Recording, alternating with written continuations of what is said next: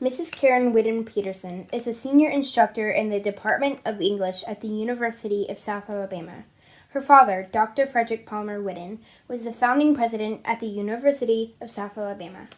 Mrs. Peterson is going to share some of the early history of the university during her father's tenure as president. Well, I've worked at the university since 2004, but the university's really been a part of my life my whole life because I'm about the same age as the university, so I pretty much grew up here. We just had a couple buildings and it's been added on. Started with just 400 and something students, and now we have over 16,000. Well, I wanted to share a couple of things I don't think people really know. Maybe about the university, or not as much as a part of the history. But one thing to be really proud of is that the university started in 1963, and it was completely integrated. It accepted everybody regardless of race or gender, and that was unusual. We were the only public university to do that in Alabama at the time, because it was still 2 years before the Civil Rights Act. And my father, who was president here for 35 years, was only 33 when he became president, so that's pretty amazing how young he was. And just some interesting little trivia about him that people don't typically know is that he hand-signed every single one of the diplomas. So if you have a diploma with his signature on it, he hand-signed those. I would go in his office after graduation and his desk would be piled high with diplomas that he had to sign. But he thought if you worked so hard to get your diploma, then you deserve to have his original signature. So he always did that. No matter how big we got, he always did that. So there's some unusual things. We had a lot of jaguar here. I think a lot of people can maybe have told you about that we kept in front of the gymnasium.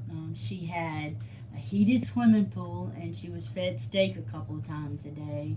And when we played basketball down at the Civic Center, they would take her down there in a cage, and she'd be near the nets, and you'd walk by her and she'd growl at you. It scared me when I was a child. But there's kind of an urban legend that's really not true, that a lot of students believe that she got out on campus and that's why we had to get rid of her, but that's not true. She never got out. When the university first started, people said, "You're going to build a university in Wheelerville?" And nobody went this far west except to go to the airport, And it was just wilderness out here. And now look at it. It's just amazing.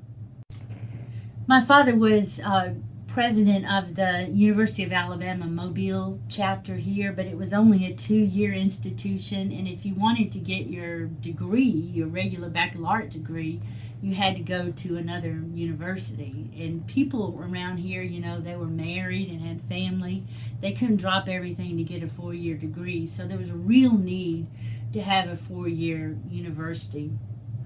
And they did ask Alabama if they wanted to open a 4-year branch here, and Alabama said no. But still to this day, people insist that we were part of the University of Alabama, and the University of South Alabama has never been part of the University of Alabama, even though my dad was president of that same organization. But because he had worked at the University of Alabama system, when he was supposed to go get his PhD and had the robing and all for graduation, he couldn't go because that weekend was that Friday was when George Wallace was going to stand in the doorway at the University of Alabama, and they thought there'd be riots or stuff, so he had to miss his own PhD graduation because of that. And then nothing happened and all. But my father always liked to try to get materials that he needed before he needed it. Like he bought all the metal that was used in the Mitchell Center years and years before they even started or thought about building it, and just stored it for when we needed it. But one day he was in his office, and somebody, was just a worker, called from the bank building downtown and said that the Waterman Globe, which had been there and had been a fixture for forever downtown, had been cut up and was about to be hauled off on the loading dock out there. So he sent somebody out there to get it right away from the university, and they got it. And it took years to piece it back together and to get it to turn again.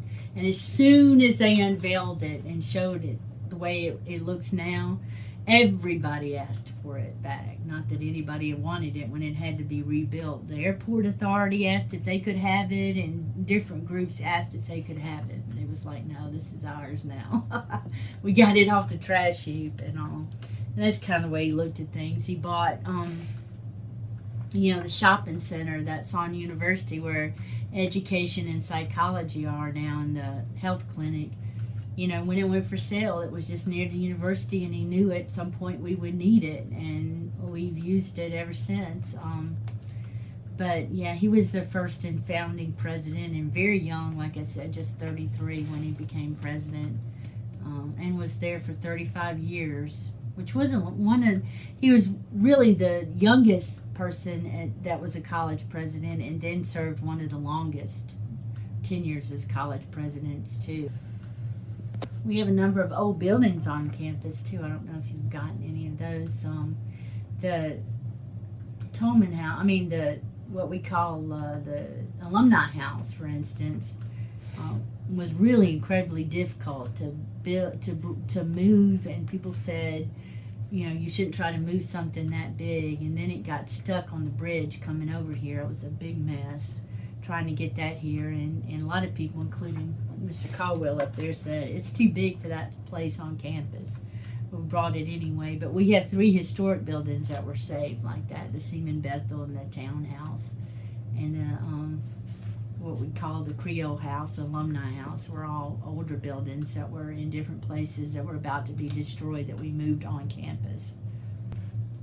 We have the Thalos, which is modeled after a Greek temple to Athena from Delphi, Greece, and the people of that region gave us a marble, and it's made to look just like the original, and pieces of it are missing in our sculpture of it too. And the marble was mined from the same quarry that the original came from, and they opened it back up just for us to get the marble for here, and it was closed again. And that had a long sea journey that was really laborious and hard for it to get here as well. We have a lot of nice little quirks about the campus, but I think, we've kept a lot of the aesthetics and a lot of the trees and try to make it pretty for the students and things. I would like to close with Dr. Whiddon's speech at the dedication of the University of South Alabama on October 18, 1964.